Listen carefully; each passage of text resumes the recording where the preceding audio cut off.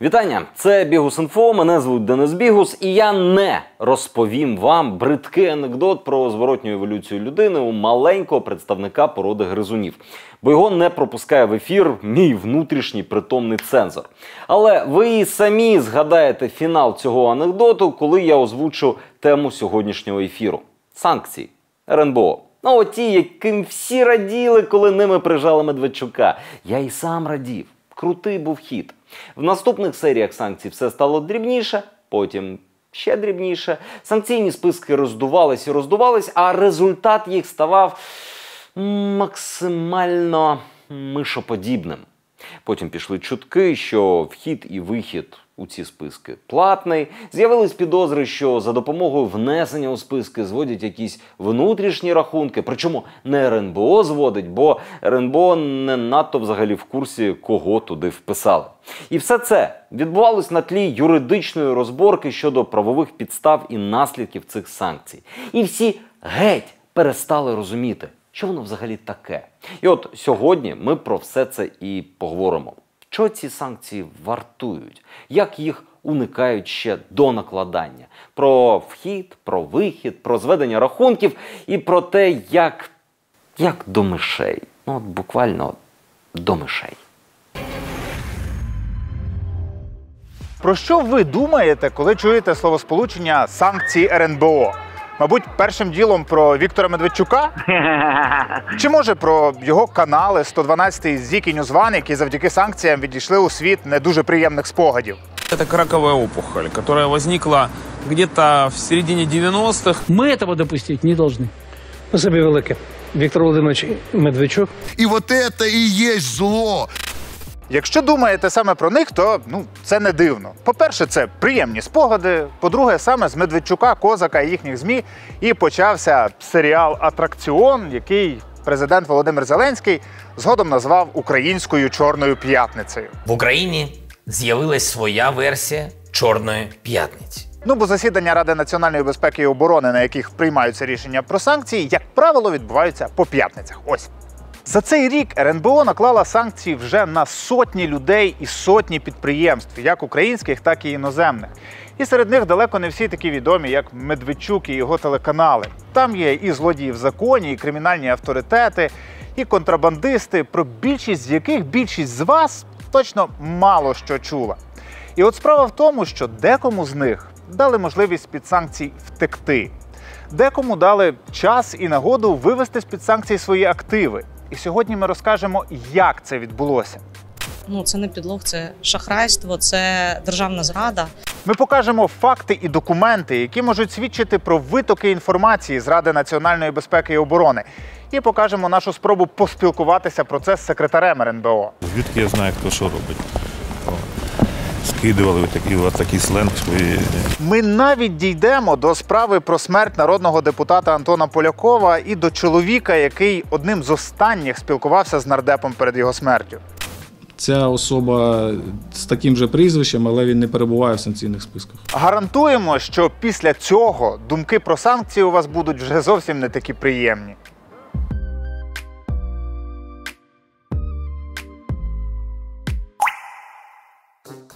Денис, я в суд, ти за старшого. Угу.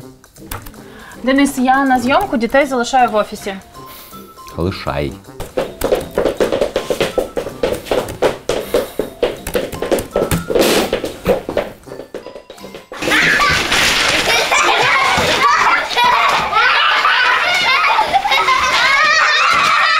Так, ми всі, звісно, дуже сильно любимо дітей.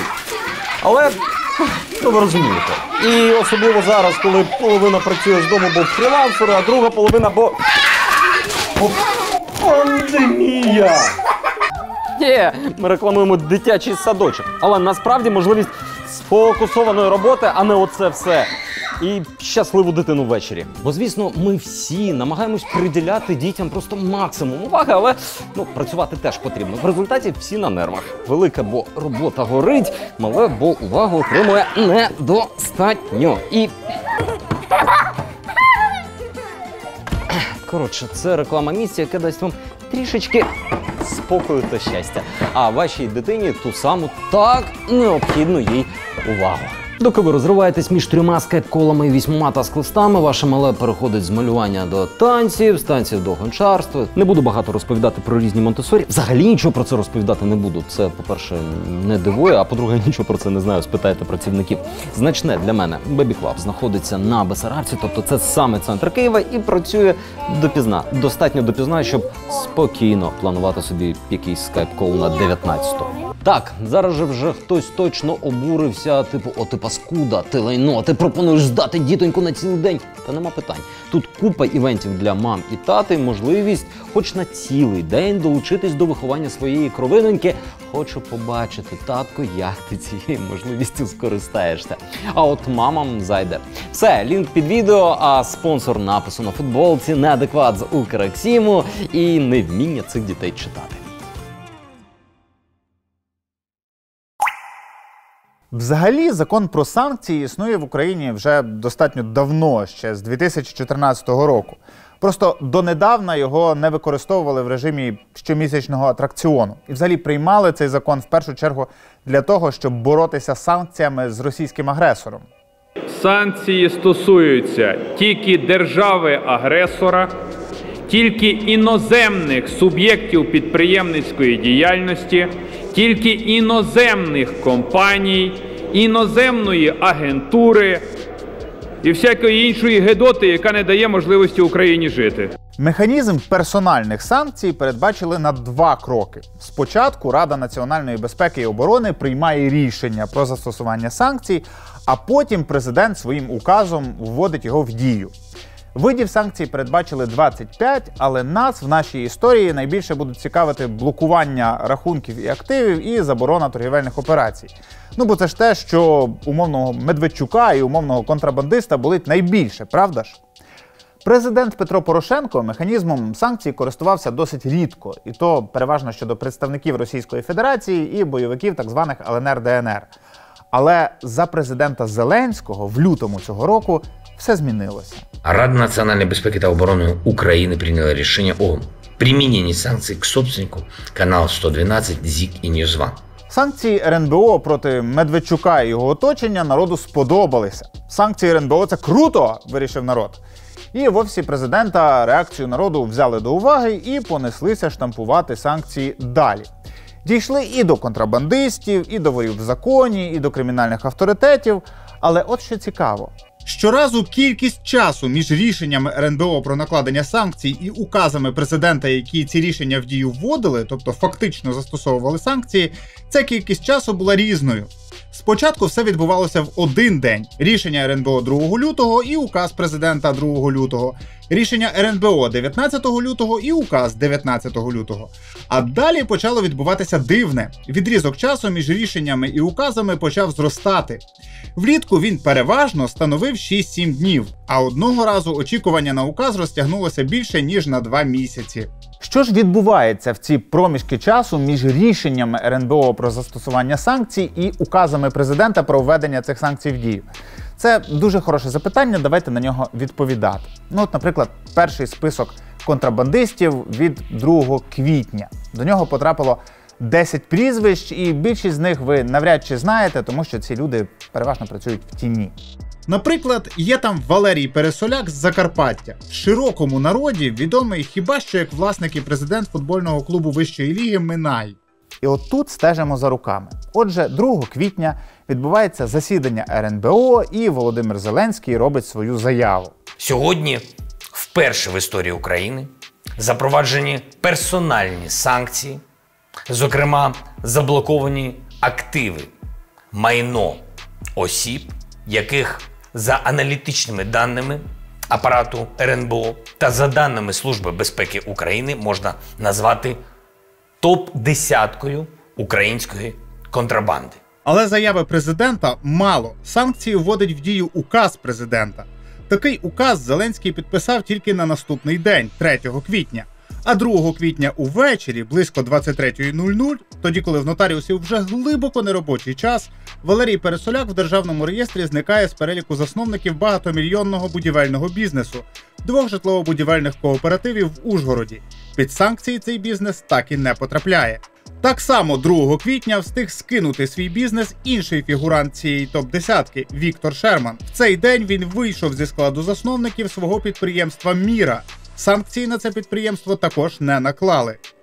Скільки важливого можна встигнути лише за один день між рішенням РНБО та указом президента, правда? Але тут є цікавий такий нюанс. Віктор Шерман оформив вихід зі свого підприємства о 3-й годині дня.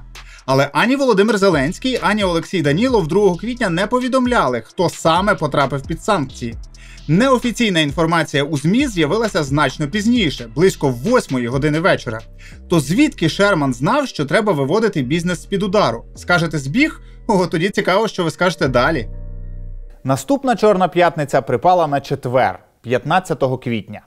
Рада національної безпеки та оборони буде впроваджувати санкції до другої частини контрабандистів. Застосовуються санкції будуть до 12 осіб, до їх юридичних, до фізичних та юридичних осіб.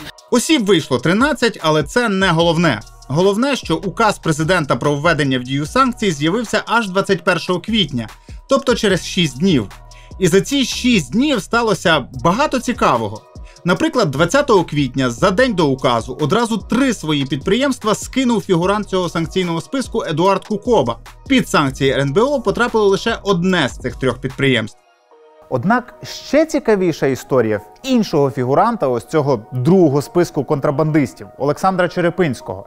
Він мало того, що встиг скинути щонайменше 6 своїх підприємств до указу президента про запровадження санкцій. Більше того, він почав це робити ще за 2-3 дні навіть до рішення РНБО про санкції. Активно виходити зі складу засновників і бенефіціарів своїх підприємств Олександр Черепинський почав ще 12-13 квітня, а рішення РНБО про застосування санкцій відбулося, нагадаю, 15 квітня. Що це, просто збіг? Чи Олександра Черепинського хтось попередив про те, що на нього збираються накласти санкції? Хтось, хто мав таку інформацію, тобто хтось зі складу РНБО. Це може свідчити про те, що з Ради національної безпеки і оборони витікає інформація. І тому з запитанням про це ми підійшли до секретаря РНБО Олексія Данілова. Скажіть, будь ласка, ви знаєте про витоки з РНБО щодо майбутніх рішень щодо накладення санкцій? Що значить витоки? Це означає, що люди, щодо яких накладалися санкції, перед рішенням РНБО безпосередньо днями або перед указами списували з себе бізнеси, скидували юридичні особи. Дивіться, звідки я знаю, хто що робить. Скидували такий сленг. Перереєстровували на інших осіб. Ну, дивіться, якщо є якісь факти, давайте будемо їх дивитися. Ну вам відомо про витоки чи ні? Ще раз наголошую. От ви зараз кажете витоки, ви такі нібито ви вже, це вже доведений факт. Ну, в якийсь спосіб низка осіб. Скажіть, хто. От, прізвище, я по батькові, які компанії. Ну, давайте зараз я вам скажу, покажу. Ну, давайте офіційного листа нам пишіть, набагато простіше буде спілкуватися. Ну, напишемо, добре. Напишемо одразу після виходу цього розслідування. Взагалі, ми просили в Олексія Данілова про нормальне інтерв'ю, поки готували цей матеріал. Нагадували про свій запит. Але навіть відмови нормальної не отримали. Тому нам довелося ось так от підбігати. І підбігали ми до секретаря РНБО ще один раз для з'ясування по-своєму не менш трешової історії. Другий список контрабандистів виявився не останнім. 30 липня РНБО провела виїзне засідання у Краматорську. Після засідання Олексій Данілов виходить і повідомляє, що санкції будуть застосовані до ще 3 контрабандистів. І називає їх повністю. Включно з широко відомим у вузьких колах завдяки підприємству «Преміум Пакет» Олександром Акстом. Олександр Акст, громадянин Німеччини, 86-го року народження. Громадянин Валерій Григорович Фальковський, 74-го року народження. Громадянин Студенець Владислав Олександрович, 84-го року народження. 1 громадянин Німеччини і 2 громадянина України. Крім того, 24 компанії, які афілійовані з цими панами, так само вийшли в цей список. Минув місяць і нічого не відбулося. Указу президента про запровадження санкцій не було, а значить не було і санкцій. У ЗМІ почалося обговорення. Першим звернув на це увагу журналіст Юрій Бутусов. Перші два списки контрабандистів подавалися Службою безпеки України. І казали, що це робиться в інтересах інших гравців ринку, тому до яких у СБУ навпаки дуже гарне ставлення. І перший, кого завжди називали і писали, і є багато про це, і я навіть про це писав, що чому нема акста в списках і нема преміум пакета. Виступив Данілов, і Данілов каже, така в нього була дуже класна фраза, не випадкова, що нам раніше списки контрабандистів готувало СБУ, а тепер МВС. Цей раз такий список формувала не Служба безпеки України, а Міністерство внутрішніх справ на чолі з міністром Денисом Анатолійовичем. І от сталося так, що МВС подало акста, всі проголосували, а указ не підписується. За словами Бутусова, це могло вказувати на внутрішні розбірки і закулісні ігри в Офісі Президента. В гру зіграли, а про рішення, за яке проголосували члени РНБО, а це все керівництво держави і силових органів, просто ніби, забули. Тобто всі ці люди пошиті у дурні і виглядають абсолютно дивно, бо 2,5 місяці після цих проти небезпечних злочинців за рішенням РНБО не застосовуються санкції. Так, ті, кому ні про що не говорить прізвище Акст, тобто практично всі, вони зараз попливли і не розуміють, про що ми тут. Давайте я просто поясню.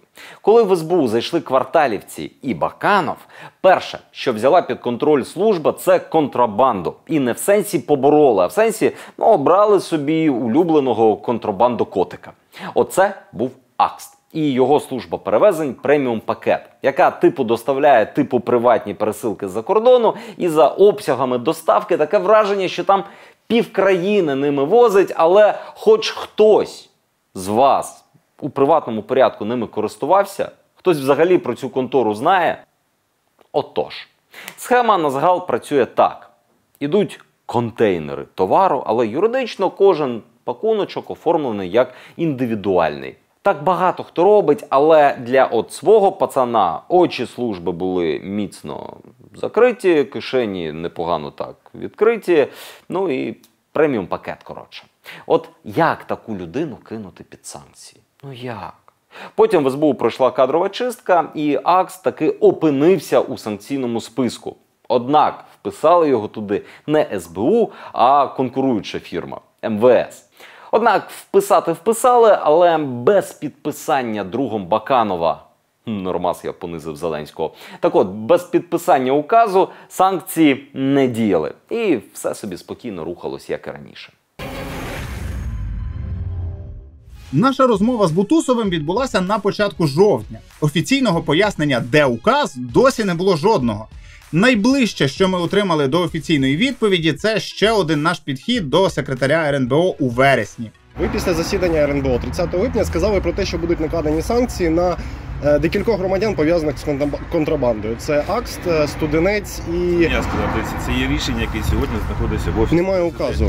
Так це ж не до мене, я ж укази не підписую. Я розумію, але кінець липня... Відпрацьовують документи в Офісі Президента.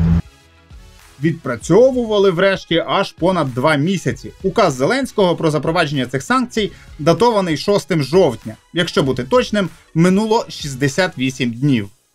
За статистикою, за ці 68 днів, поки народжувався указ президента Зеленського, на землі народилося понад 25 мільйонів людей. Зникло понад 10 тисяч видів живих істот. Люди по всій планеті злили воду в унітаз понад 1,5 трильйона разів. За цей час фігурант санкційного списку може не просто змінити свій бізнес, він може змінити своє прізвище, втекти з України в Камбоджу і вже почати потроху розбиратися в нюансах центрально-кхмерського діалекту. Щонайменше один із фігурантів цього краматорського списку контрабандистів, Валерій Фальковський, встиг що зробити? Так, ви вгадали. Скинути з себе бізнес. Переписати приватне підприємство на Витайм. Зробив він це якраз 30 липня, і то навіть трохи раніше, ніж Олексій Данілов вийшов на брифінг і публічно розповів, на кого РНБО вирішила накласти санкції. В запізнілому на 2 місяці указі про накладення санкцій приватного підприємства на Витайм немає. Санкції проти криміналітету теж не обійшлися без дичини. І саме тут ми згадаємо і про смерть народного депутата Антона Полякова, але про все по черзі. Отже, санкції проти ворів в законі – це такий титул в еліти кримінального світу, і проти кримінальних авторитетів попростіше Рада нацбезпеки і оборони вирішила запровадити на засіданні 14 травня. Санкційний список був величезним – понад 600 людей і понад 100 підприємств. Персональні санкції проти 557 ворів в законі, відомих наразі у світі. Ми гостинна країна, але не для 111 іноземців. Це кримінальні авторитети, до яких сьогодні застосовано такий самий пакет санкцій. Ми не кажемо вам «до побачення», ми кажемо «прощавайте». Указ Зеленського про введення цього рішення в дію з'явився тільки через тиждень, 21 травня. Народна депутатка Олександра Устінова переконана, за цей тиждень в список вносили зміни. Тобто те, за що голосувала РНБО, і те, що врешті запровадив Зеленський, це два різні санкційні списки. Найгірше, що сталося, це коли Національна поліція формувала списки. Вони фактично зробили, це не підлог, це шахрайство, це державна зрада. Було два списки. Перший список – це той, який проголосувала Рада національної безпеки і оборони. І другий список, який підписав президент. Тобто за тиждень, поки документи доїхали на підпис президенту, Нацпол фактично підмінив список людей, які в ньому знаходилися. Чим це підтверджується? Дивіться. На наступний день після рішення РНБО видання «Діло.UA» публікує з посиланням на джерела в правоохоронних органах частину списку – 44 прізвища. Більшість цих прізвищ опиняється і в офіційному списку, опублікованому разом з указом президента. Більшість, але не всі. Понад 10 прізвищ зникає. І особливо цікава історія з братами Рустамом і Русланом Джамбулатовими. Вони є в списку, який опублікувало видання «Діло.UA», а в офіційному санкційному списку дивним чином злилися в одне ціле. Ще донедавна брати Джамбулатови були маловідомими широкому загалу бізнесменами з кримінальним душком, аж до смерті народного депутата Антона Полякова. Як виявило розслідування, Руслан Джамбулатов, молодший із братів, перед самою смертю Полякова декілька годин спілкувався із нардепом і возив його у своїй машині. Далі виявилося, що Руслан Джамбулатов – помічник народної депутатки Анни Скороход, а його старший брат Рустам був помічником самого нардепа Полякова. Ці ж двоє братів були у списку, яке опублікувало видання «Діло.UA» на наступний день після рішення РНБО. В остаточному списку, який через тиждень затвердив Володимир Зеленський, вже був лише Рустам Джамбулатов, але з датою народження Руслана. На брифінгу про справу смерті Полякова начальника поліції Києва запитали про Джамбулатова і санкції, і той відповів: ця особа з таким же прізвищем, але він не перебуває в санкційних списках. І так, не перебуває. Тому що під санкціями перебуває людина з ПІБ старшого Джамбулатова і датою народження молодшого. От чесно, ви вірите в те, що це просто збіг? Чи що це просто помилка? Бо найбільше це схоже на свідоме, акуратне виведення людини з-під санкцій. Сам Рустам Джамбулатов в дні після рішення РНБО і сам почав виводитися з-під загрози санкцій. Зробив те саме, що робили згадані раніше фігуранти списків контрабандистів – позбувся свого бізнесу. За тиждень між рішенням РНБО і указом Зеленського Рустам Джамбулатов вийшов зі складу засновників чи бенефіціарів щонайменше з 6 підприємств.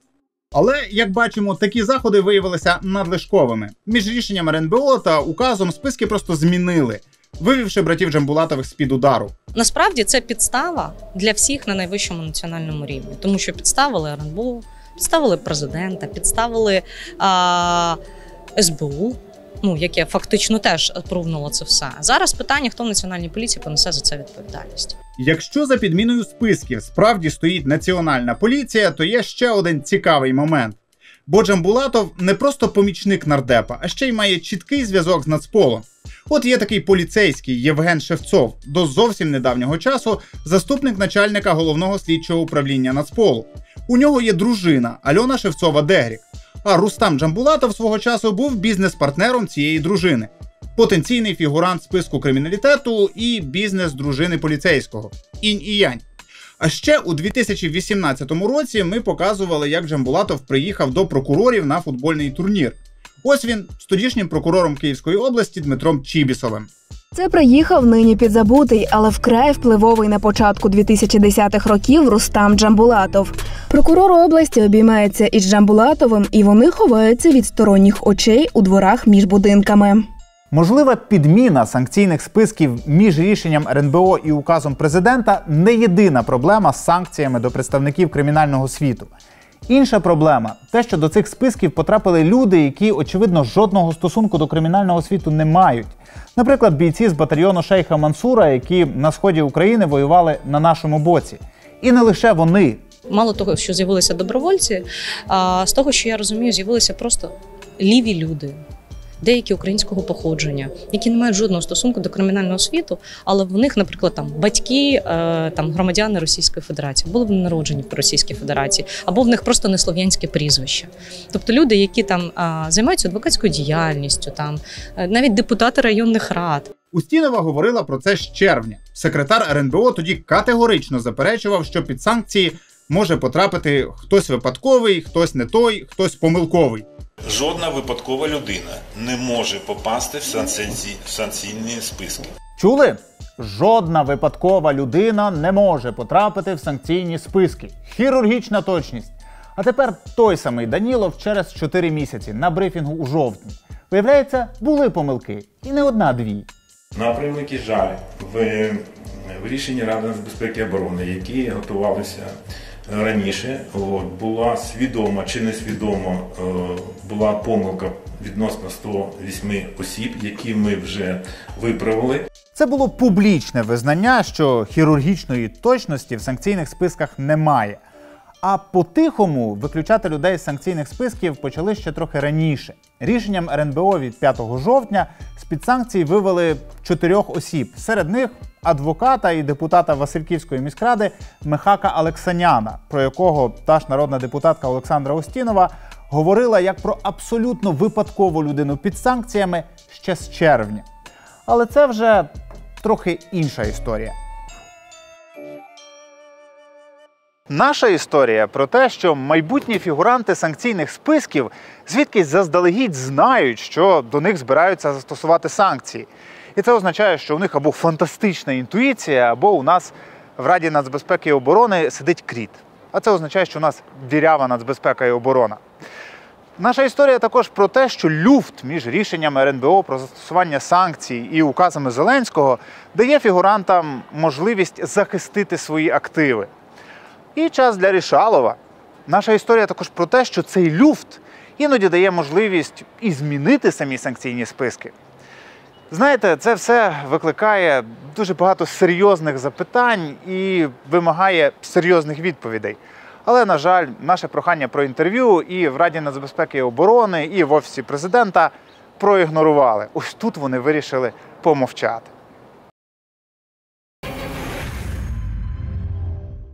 Наостанок кілька суб'єктивних вражень. В моєму розумінні, санкції – це дуже ситуативний, дуже точковий і дуже разовий інструмент. Треба якусь аналогію підібрати. Вони як цукор. Якщо треба швидко вприснути енергії, коли ти долаєш перепону, окей, зжери цукерку. Але якщо просто жерти солодке на дивані, то ось ти вже жирний і лінивий. І санкції Зеленського – це саме про жирний і лінивий. Їх перетворили на популістичний інструмент. Дуже зручний, бо не треба нічого, крім заяви президентського РНБО. Не треба реформи судів, не треба лаятись з дружаною Бакановим, не треба змушувати СБУ працювати, не треба взагалі ніфіга, окрім секретаря, який накидає на компі список, і Данілова, який його озвучить. І, звісно, новинних стрічок, які повідомлять людям про невтомну боротьбу з, чимось. Не знаю, що там буде у наступних серіях. Зелена команда фактично винайшла санкції як внутрішній інструмент. Красиво з ним зайшла, на Медведчуку.